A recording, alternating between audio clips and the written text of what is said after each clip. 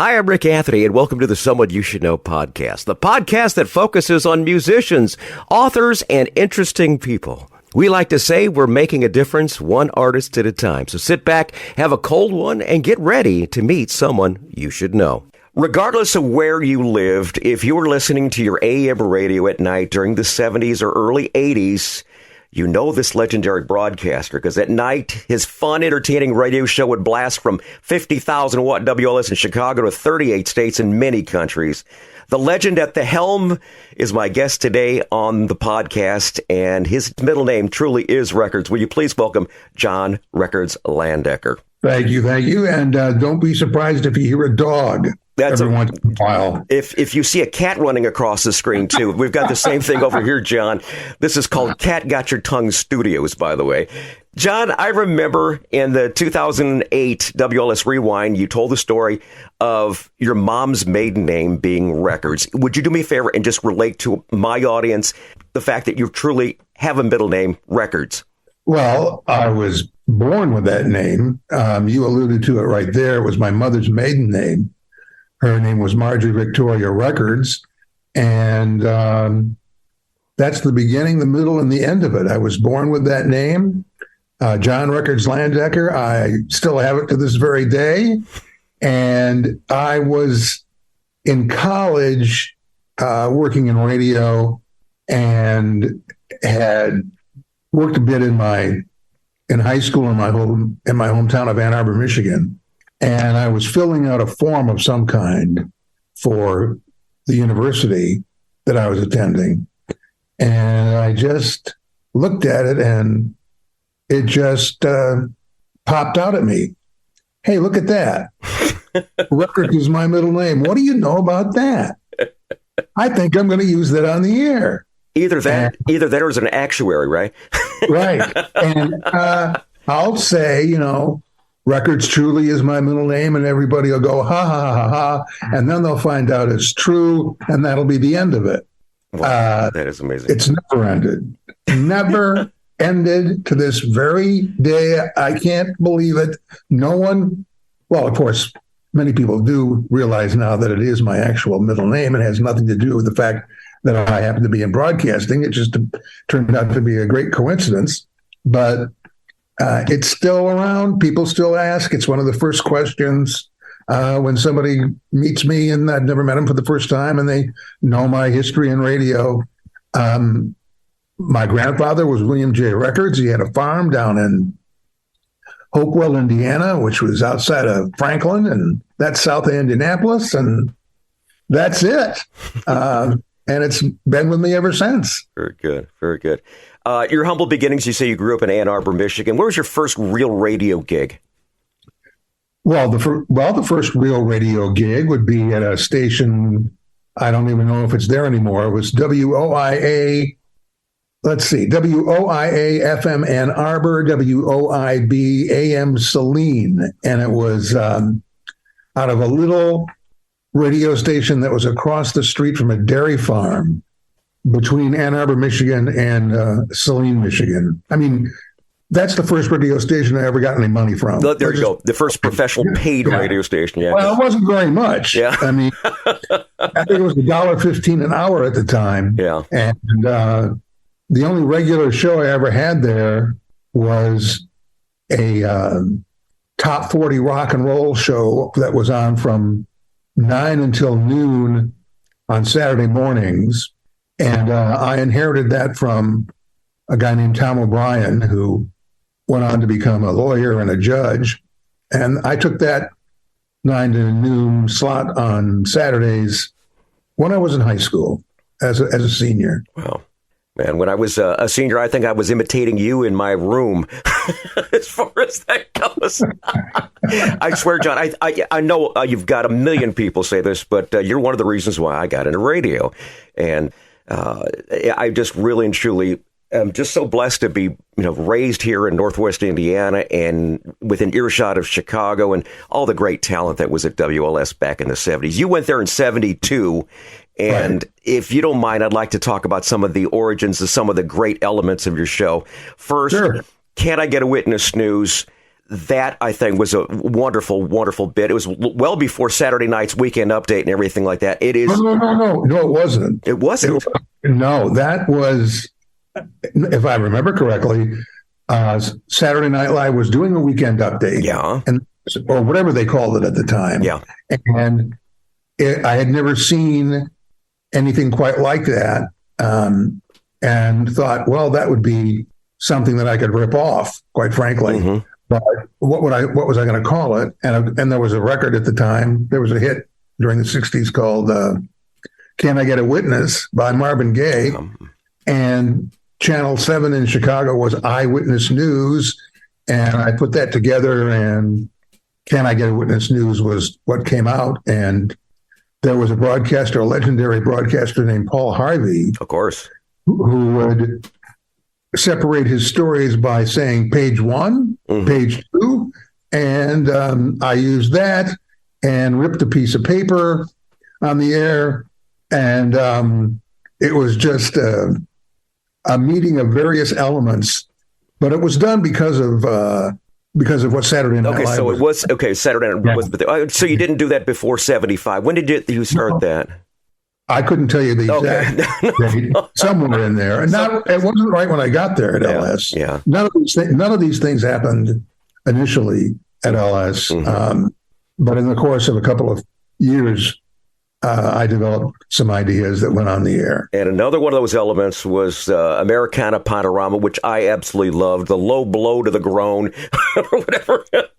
I loved that element because that was so creative, John. And how did you come up with the ideas for this? I mean, as far as that goes, did you just listen to a song and just kind of, like Bill Engvall says, turn it 15 degrees off norm? Is that how you came up with it? Well, in case someone's not familiar with the idea of the bit, it's a pun that ends in a record title, and then you hit the record. And that started actually when I was in college at Michigan State University and was on a Lansing radio station called WILS. And it wasn't exactly the way it was by the time it went on WLS, but that name, Americana Panorama, was something I used for a long time, but not in the sense of telling a story and then hitting the record that was the subject of that story. That just, I don't know, I can't tell you where it came from. It just sort of popped out of the air, and there it was. Out of the ether. There you go. Very good. Yeah. And as most things do. And the jingles that went along with that were just so cute with the la la la la la's. That was just real. That is just WLS gold right there, man. It was just radio. Well, that's you're right, and that's also a whole bunch of WLS people, including the promotion director, board operators, whoever was around. Getting in the production room and all going la la la la la la la la, which of course was sort of not unusual for WLS at the time. Oh, that's just it. That's just it, man. All right. Now, before we continue with our interview with John Records Landecker here, I want to thank everyone for tuning into the Someone You Should Know podcast. If you want to check us out, you can find us on the web at someoneyoushouldknowpodcast.com. There you're going to find our recent news, our archive of current and past episodes, and a whole lot more. If you happen to be visiting, we invite you to go down to the bottom of the first page and leave a review. Let us know how we're doing, okay? Now, according to Buzzsprout, the service that shares all of our podcasts to the streaming platforms, so blessed to reach 1,800 cities in 85 countries around the world. A couple of additions include Appleton, Wisconsin, Great Falls, Montana, Coeur d'Alene, Idaho, and also Mississauga, Ontario, Canada. The Someone You Should Know podcast heard wherever quality streaming audio is available. Thanks for listening as we continue our interview with John Records Landecker. Perhaps one of the most famous show elements that had teens and many adults glued to the radios was your famous Boogie Check. How did that come to be? How did that originate, John? I wish I had a really great, unbelievable story as to how that came about. And okay, now when you have I'm working at WGN now, and one of our great talk show hosts, John Williams, describes me as a nonlinear thinker. And I guess that means I'm scatterbrained. So all these elements are rolling around. The term Let's Boogie was a cliche of the day, so to speak. It was on T-shirts and whatever. And the competition I had at WCFL decided to sort of co-opt that phrase and use it a lot. Boogie, boogie, boogie. Mm-hmm. Then, God, this is unbelievably stupid. One of my good friends and a great air personality at WLS, JJ Jeffrey. I know Jay, yeah. Mm-hmm. Had a mustache. Mm-hmm. And before he would go on a date, he would conduct what he called a booger check. This is, you asked, this is the story. And one night, out of boredom, hearing the same top 5 records every 95 minutes, people say, wow. And it seemed to me that those radio stations used to repeat those songs over and over again. Well, that's because those radio stations used to repeat those songs over and over again. And if you think you heard them a lot, imagine what it was like at our end of the microphone. Anyway, so one night out of nowhere, I hadn't even thought about it before I got on the air. I just decided to take live phone calls and quote unquote check people's boogies. And little did I know that this thing was going to sort of have a life of its own, and became quite the bit.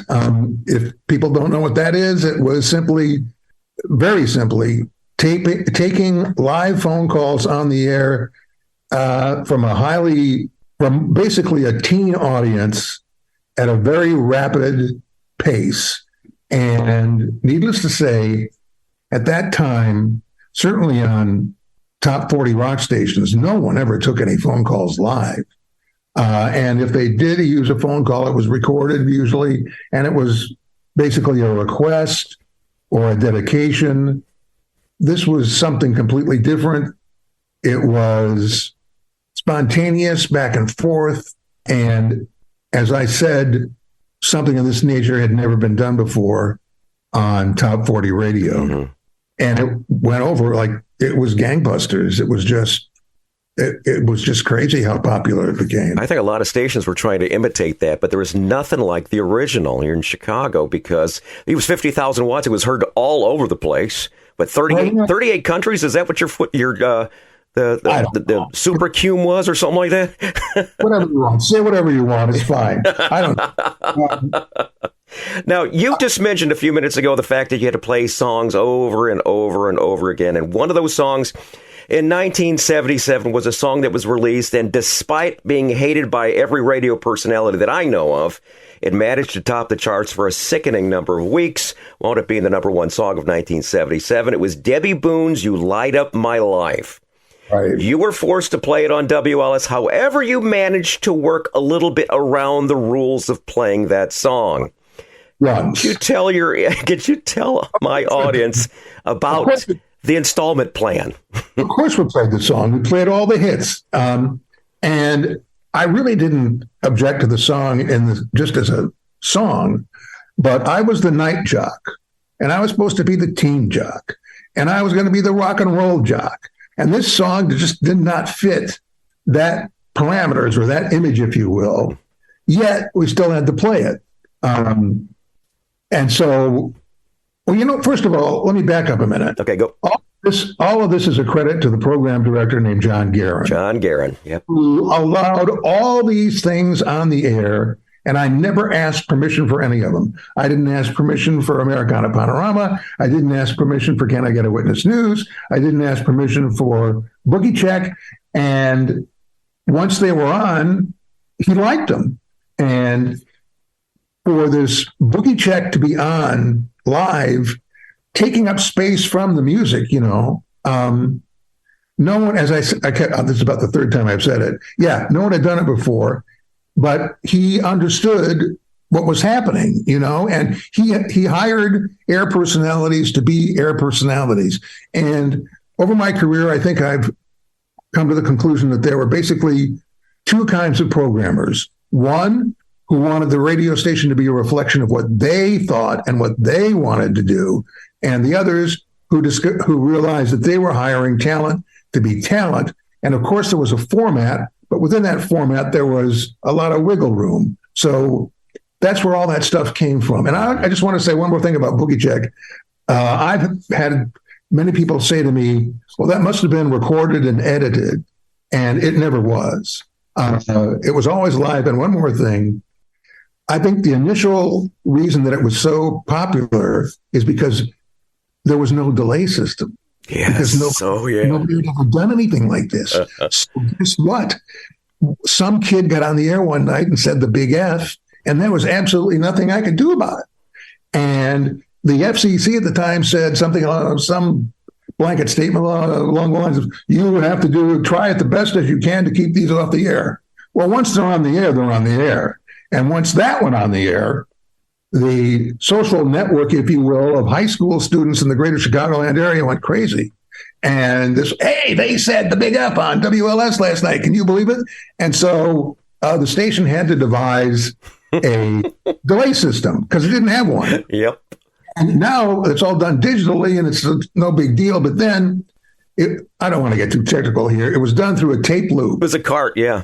Our engineering department and engineer Ed Glab, I think, came up with it. So getting back to Debbie Boone, it was popular, and at least as far as sales were concerned, it didn't fit the image I was trying to portray. So one night, I just decided, everybody wants to hear this song. I don't like this song, but I know that you want to hear that song. So I'll tell you what I'm going to do. I'm going to play it on the installment plan. I'm going to play the first 15 seconds of Debbie Boone now. Let's say it was like 6:15, first half hour of the show that went to 10. And I'm going to play an installment as we go through the show until we get to the very final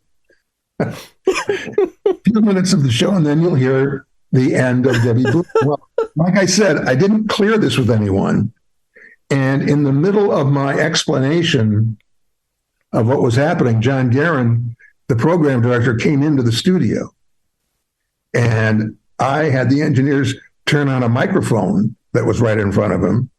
And if my memory is correct, I got him to concede that the possibility existed that someone would listen for the entire show to hear that I actually did that, which was something that, programmers wanted.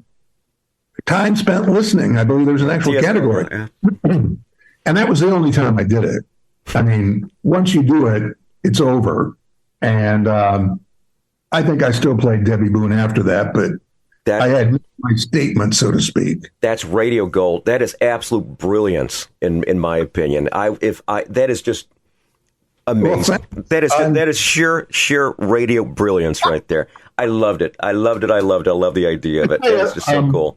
Years later, I was doing the mornings on WJMK in Chicago, which was an oldie station at the time. And it was some big anniversary of You Light Up My Life. I don't know, 25th anniversary, something like that. And I played Debbie Boone's installment plan, but you'd hear the first 15 seconds this week, then next week, then next week. And at the end, I had Debbie Boone on the air. Oh, jeez. That's funny. And, because it wasn't, what's the word? It was like being a little radio rascal, but there was nothing vindictive about it. It wasn't didn't cross the lines of bad taste. And she got the joke. And if anything, it actually highlighted the song.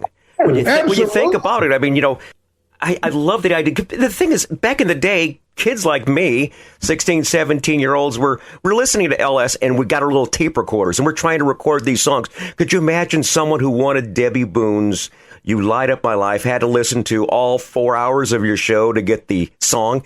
They could buy it, too. I mean, yeah, absolutely. But a lot of us kids just had a little of allowance. But gosh, that's so funny. That is really one of the best bits I've ever heard. Now, you had to do something that I never had to. I'm 44 years old. How many years for you? 50-some? How long you been in radio, John? Oh, let's say 1965. 65. So, it's been forever then. Jeez. Yeah, forever. Yeah, forever. Absolutely. Absolutely. You had to do something I never had to do. LS, big union shop, and you had the IBEW. You had another union in there also. You were not allowed to press the buttons on your carts or spin your records or anything like that. You actually had to do visual cues. That took a lot of coordination. Well, that started the first time I ran into a situation like that was when I was hired at WIBG in Philadelphia. Oh, really? Okay. That was the station I worked at before I went to WLS. Uh-huh. And they had engineers. And I still was allowed to queue up and play records. And there was some sort of volume level control. And I had a mic switch, but there was still on the other side of the glass in the studio, a board op, quote unquote, engineer sort of overriding the entire situation. At WLS, it was the board op was in complete control. The air personality did not touch. In fact, we didn't even have our own mic switch in the beginning. We'd have to call for the mic, and there was a cough button you could use, and then you'd give this, cut signal, and then you'd cue for, I think, literally everything. I loved it. Wow. I loved it. I think it would take a little bit of getting used to. Not much. Yeah. And if you had somebody on the other side that was into what was going on, if you had a really great, good engineer / board op / producer, that's one of the reasons my show was so successful, to be honest, is that it was sort of how do I put this in the politically correct terms? Well, I'll just go for it.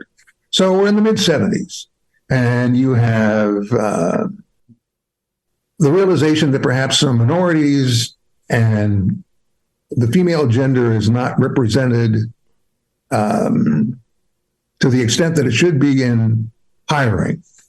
An equal opportunity employer, whatever the term was at the time. Like many places, WLS went out and sought minorities and women to come in and operate these controls. And since nights were, they weren't as important as mornings and they weren't as important in afternoons, so these new folks would come in and they would be on the night shift. Well, oh no, that can't happen. It turned out that these people were absolutely spectacular. Wow, that's great. mean, they were so into it. They were so fast. They understood the concept so completely of what I was trying to do, to the extent that, I don't know if it actually ever translated on the air, but they changed every hour because of the union rules. And if I got somebody in there who was one of the old school and engineer board op producers who didn't really even listen that closely to what was going on, I don't know if it was just my paranoia, but it affected me, at least mentally, as to the confidence and spontaneity of what I was doing. And then if it changed the next hour and one of the really good people came on, then look out. I was on fire. Yeah, your energy goes up too, as far as that goes. We feed off of that. Yeah, that's just it. That's just it, man. I really and truly would think I would have had a little challenge with that, because I used to slip cue records, slip cue 45s, and reach over here to hit the reel to reel, and then have to record I remember recording on reel to reel, in any dedications and such. Yeah, I did that too. And at the time, WLS was so unionized that, well, first of all, back up. WLS used to be they call it the Prairie Farmer. Right, exactly, yeah, until 60, yeah. And had live music performances. And those people were members of the Chicago Musicians Union. Well, there had been a transition, of course, from that to rock and roll top 40, and that was no live performances that came from 45s, but there were still members of the Musicians Union who would take the record, the 45 RPM record, put it on a turntable, put a needle on it. A member of the engineering union would record it onto what we called a cart, which was basically, a device for playing music and commercials and jingles. And then that cart would go into the control room and another person would play it when it went on the air. So it was insane. Insane. Well, John, with all the elements that you had on your show there, you had to really work with your production folks to, get those elements down, right? Well, I mean, I've said this a million times that the reason WLS was so successful for a while there was that everybody was into it, from the air talent to the salespeople to the promotion people to management to programming to engineering to production to news, you name it. Everybody was like a synergy. And we had a great production staff. Alan Rosen, and for a while, Tommy Edwards was production director. And I used them whenever possible. Yeah. If an idea came up. I did an imitation of Richard Nixon, who was the president at the time, and there was a Watergate scandal. And I got the idea for a song called Make a Date with the Watergate, done to Lou Reed's Walking the Wild Side, which is a song we didn't even play. Uh-huh. And Alan Rosen and I and Tommy Edwards got into a production room and actually made the song out of segments from the actual record. Mm-hmm. So we'd find this spot with the bass line for an edit. And part of my lyrics had to do with the chorus in the song, and literally made the song out of nothing. And that's a kind of effort and teamwork that was the hallmark of WLS. Absolutely. Not just for me, but for everybody on the air. And that air staff was tight. I mean, we'd show up on each other's shows. We'd spend time together in the evening after I got off the air. We'd be at each other's houses on the weekend. It was really a very cohesive unit, like you said, and it showed. It's just it showed. Yeah, exactly.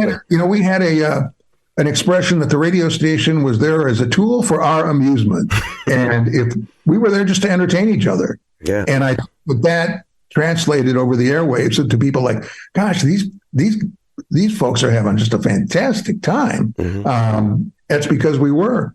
Even the seriousness of your news department was involved too. Like Gil would be on your show from doing the news and Yep. They had a great news department. Yeah. A news director, reporters, the whole nine yards. Yeah. They did a great job. Yeah, absolutely. Now, you had to make a lot of personal appearances. A lot of times there's WLS sporting events like the donkey basketball games and such. Do you remember anything specific about one of those things that was kind of one of your favorite moments of being part of the athletics department of WLS? Well, just in general, we had a softball team at one point and also a basketball team at one point. And we would play charity events or whatever with faculties, police departments, fire, whatever. And it was just fun. And we'd go out there and we'd play, and then we'd go out for pizza or something afterwards. And those of us who had kids brought them along. Mm-hmm. Larry Lujak, who was one of the most popular Chicago disc jockeys ever, and was our morning star, would sit at the kids' table after these games. I could picture that. I mean, there were that many station staffers with that many kids that there would be more than one table, and so that was fun. Yeah. I also did a thing. This wasn't really an athletic event, but it was a recognition of the WLS high school football, WLS basketball team of the week. Mm-hmm. Yep. And I would go out to this reminds me. I would go out to various high schools that were the recipient of this award and present it in an assembly. And I went into a Team of the Week award at Addison Trail High School outside of Chicago, and I always carried a tape recorder with me, just always did. And came in at the entrance of a gym and had to traverse the gym to where the podium and the microphone was. And as I walked across the stretch of the basketball court, the student body in the bleachers suddenly, out of nowhere, started chanting on their own, "Boogie check, ooh, ah, boogie check, ooh, ah." And I'm like, what's going on here? I said, hold it. I got to get this tape recorder out. And so I recorded this school going boogie check, ooh, ah, and that became the intro of this Boogie Check bit. It was on the air already, obviously, because they knew what it was. But I didn't have anything to do with that, with that coming up with that intro. And then what I liked, I would get to the middle of whatever school I was doing, and I'd find out who they were playing next. And I had a styrofoam cup, and I'd put it on the floor of the gym upside down, and I'd say, "My foot is Addison Trail High School, and that cup is your next opponent, St. Rita." And I'd smash it with my foot, and the place would go, "Yes!" That's awesome, John. That's absolutely awesome. Now, those are the fun things. Then one other thing that we had to do many, many times in our radio career is to do a remote, a personal appearance at a car dealership or a grocery store opening or this, that, or the other. We've all had them. What would you say would be your remote from hell, John? My favorite remote story has nothing to do with, I'll give you the one from hell because it's really not that big a deal. Okay, go. I'll give you the one from hell first. We had a remote truck, whatever, trailer, studio, and there was some sort of something on the south side, and I was supposed to do my show from that location in this vehicle. And when I got there, there were like trucks, WLS vehicle, trucks. I mean, literally, I was surrounded by trucks for this carnival or whatever it was. Right. You couldn't even see me, and no one could come and watch or do or whatever. And like, what am I doing here? And I went back to the station. I called it off. Oh, jeez. Yeah. Luckily, I was close enough to do that. But that's really only the rarity, pretty much, yeah. Because LS was such a great staff and such. What about some of your more memorable ones? Okay, this wasn't the first. I went to WLS initially in the 70s. I left. You mentioned Mississauga earlier, where in Canada, where somebody's listening to this. I worked at CFTR radio station in Toronto for a couple of years, and then came back to Chicago, eventually ended up on LS again. And the station wasn't successful at all compared to what it was in the 70s. I mean, it was number one. I was number one at night in the 70s. I don't even know what the number was. It was big. And in the middle of the 80s, my ratings were minuscule. I mean, it was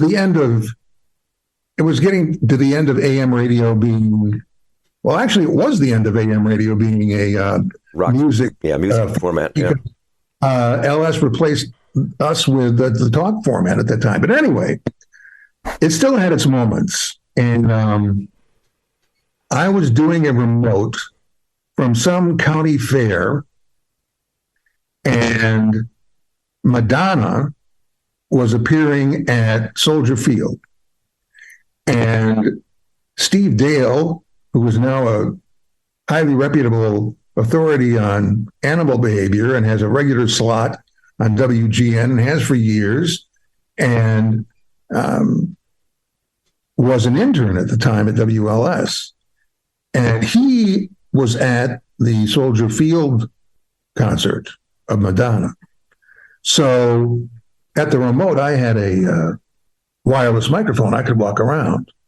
And so I went into the poultry building, or tent at the time, and found out if I sort of like waved the microphone in front of roosters and chickens, they just start cackling and going crazy. So we got Steve on the air from Soldier Field with Madonna, and he's holding up an early portable mobile phone. They were like 2 feet long at the time with a antenna on the top. And we had Madonna performing at Soldier Field, and then I would stick the microphone into the poultry bar, and both of these things were on the air at the same time. But yeah, I mean, you really couldn't tell Madonna singing. It was Soldier Field.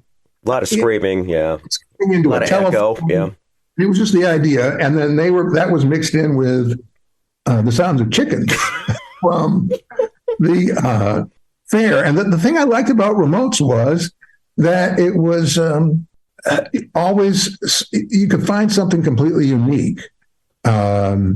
Usually, there is still an event in Chicago called the Taste of Chicago. Right. Yes.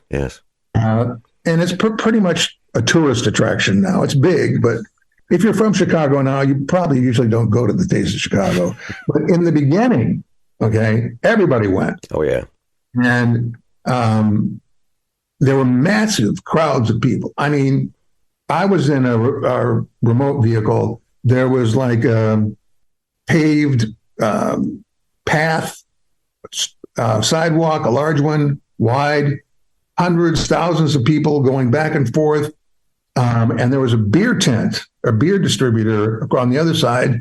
And so we had a contest to see how long it would take me to walk across through all these people, get a beer, and come back to the remote trailer. Okay.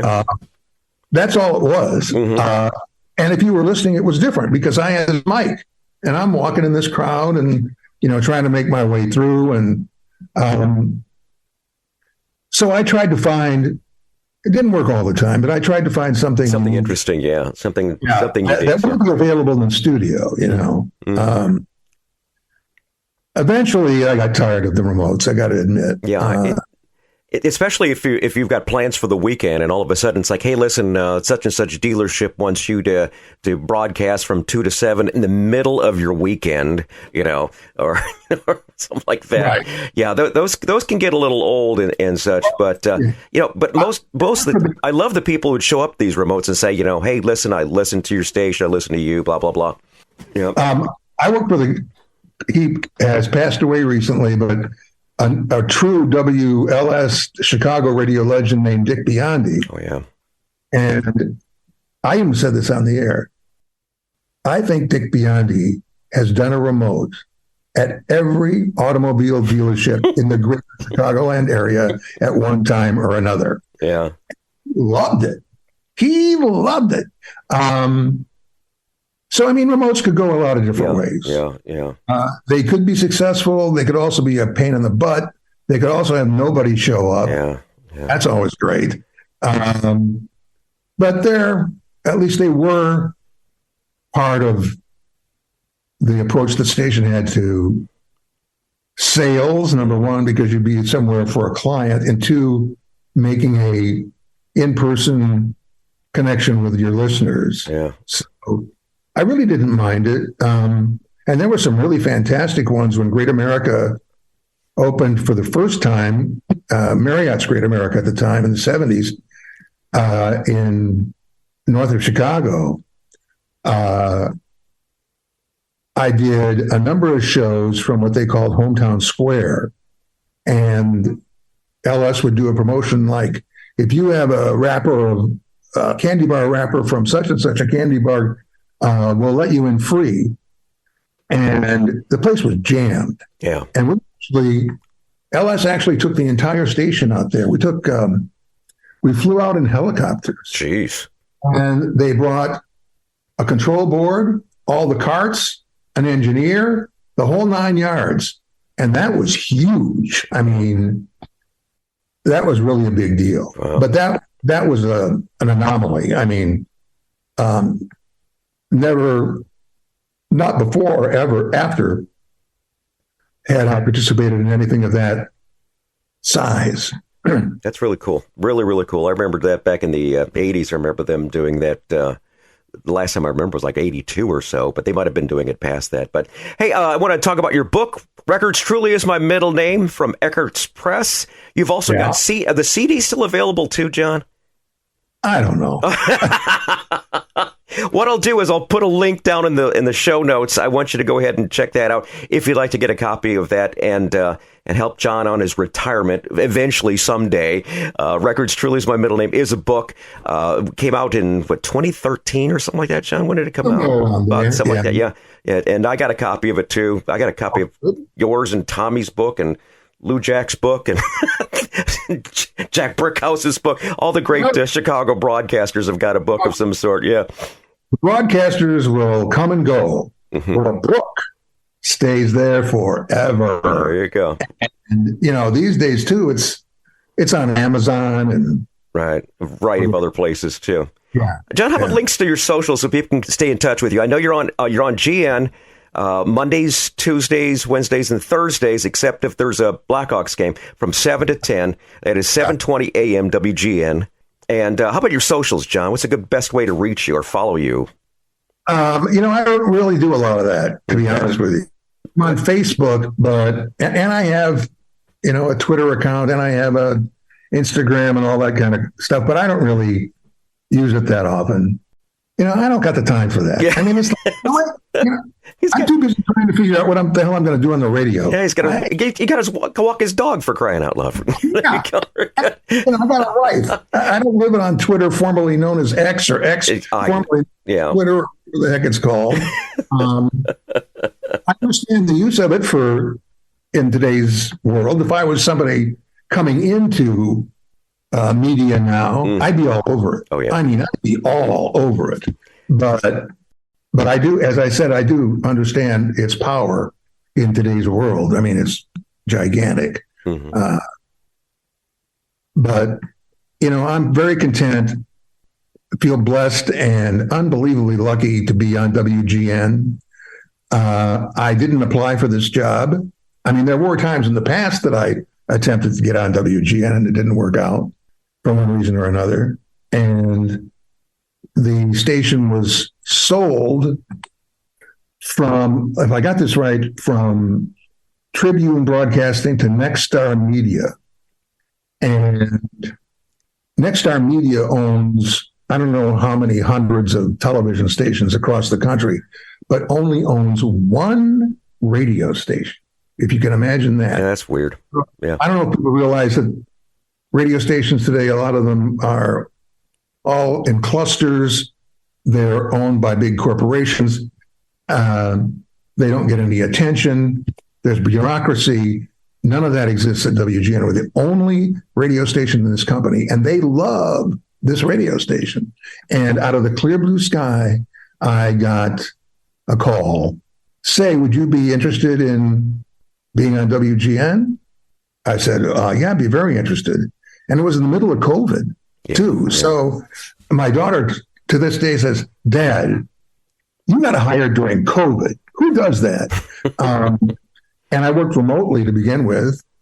And it's just, I'm pretty sure that this is the last, well, as far as I'm concerned, this is the last radio station I'll ever work for.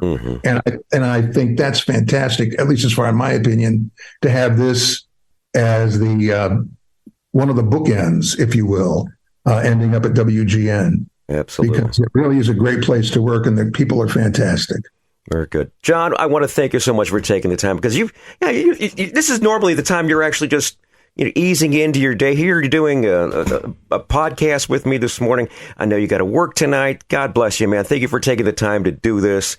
And thank you. God bless you, bud. Hi, this is Rick Anthony, thanking you again for listening to this episode of Someone You Should Know. Now, if you're an aspiring musician or an established musician that's looking for a little exposure, I invite you to drop us a line at someoneyoushouldknowpodcast@gmail.com. That's someoneyoushouldknowpodcast@gmail.com. Also, I invite you to tell a friend about the Someone You Should Know podcast. I thank you for tuning in this time, and I invite you to check us out next time on the Someone You Should Know podcast, because you never know who's going to show up. Until next time, remember, God loves you, and so do I.